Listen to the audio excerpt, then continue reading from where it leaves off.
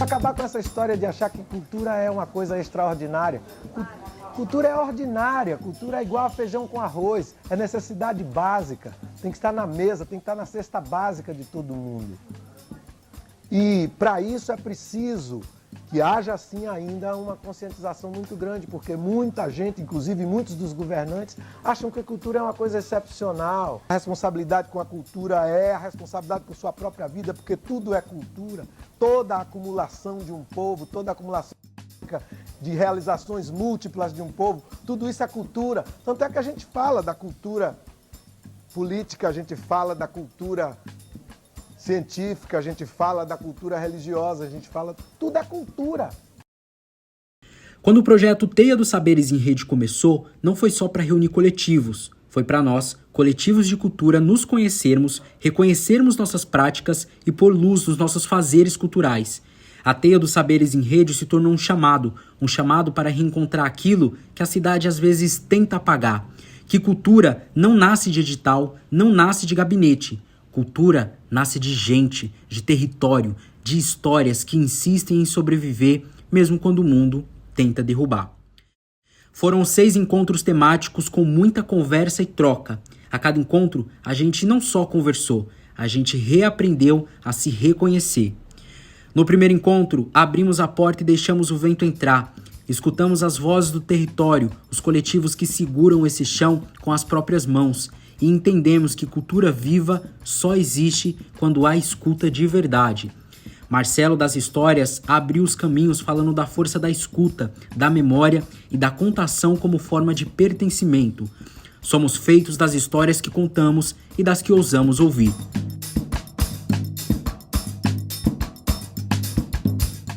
No segundo encontro, mergulhamos na ancestralidade. Percebemos que nenhuma política cultural se sustenta se esquecer das raízes, das mestras, dos mestres, das histórias que vieram antes de nós. Aprendemos que pertencimento não se escreve, se sente. Vera Taide nos lembrou que a cultura é corpo e território, é retomada e afirmação. A ancestralidade não volta ao passado, ela abre futuro.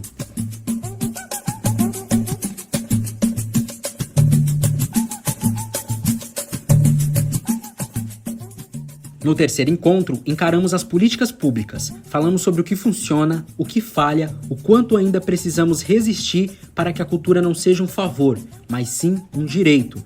Neste encontro, Val Santana e Viviane Tapia trouxeram o circo como metáfora de resistência, cuidado e educação no território. Conhecimento não ocupa espaço, ele transforma.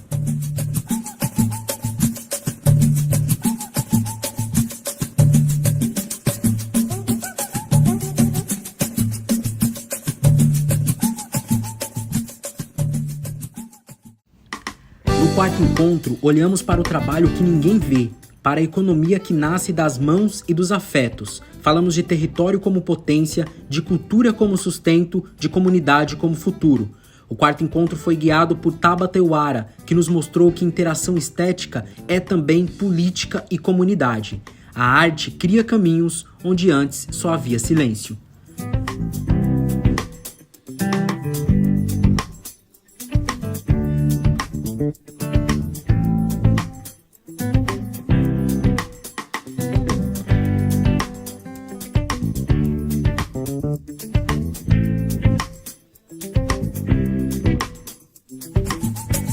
No quinto encontro ficou nítido, ninguém constrói uma cidade cultural sozinho.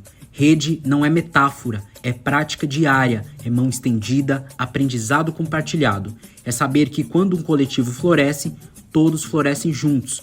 O quinto encontro trouxe a presença do mestre Dinho Nascimento, reafirmando que sem griots não há continuidade nem raiz. A palavra é o tambor que mantém a história acordada.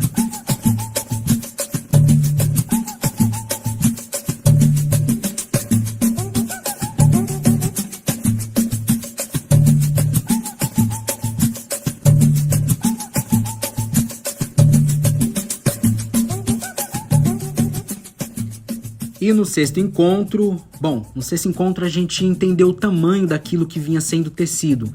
Entre falas, lágrimas, risos, sambas e memórias, Santo André começou a reconhecer sua própria floresta cultural e a gente deu o primeiro passo para construir a Rede Cultura Viva da cidade.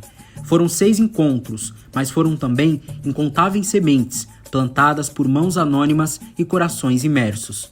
E no 6º encontro, Cleiton Pereira conduziu uma conversa sobre redes, territórios e o papel da cultura viva hoje. Cultura é quando a gente se reconhece no outro.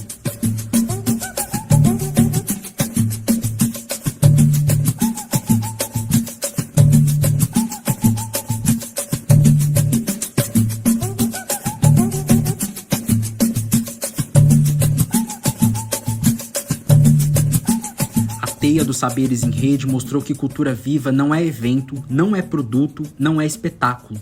Cultura viva é aquilo que acontece quando a comunidade se olha, se reconhece e decide existir junta.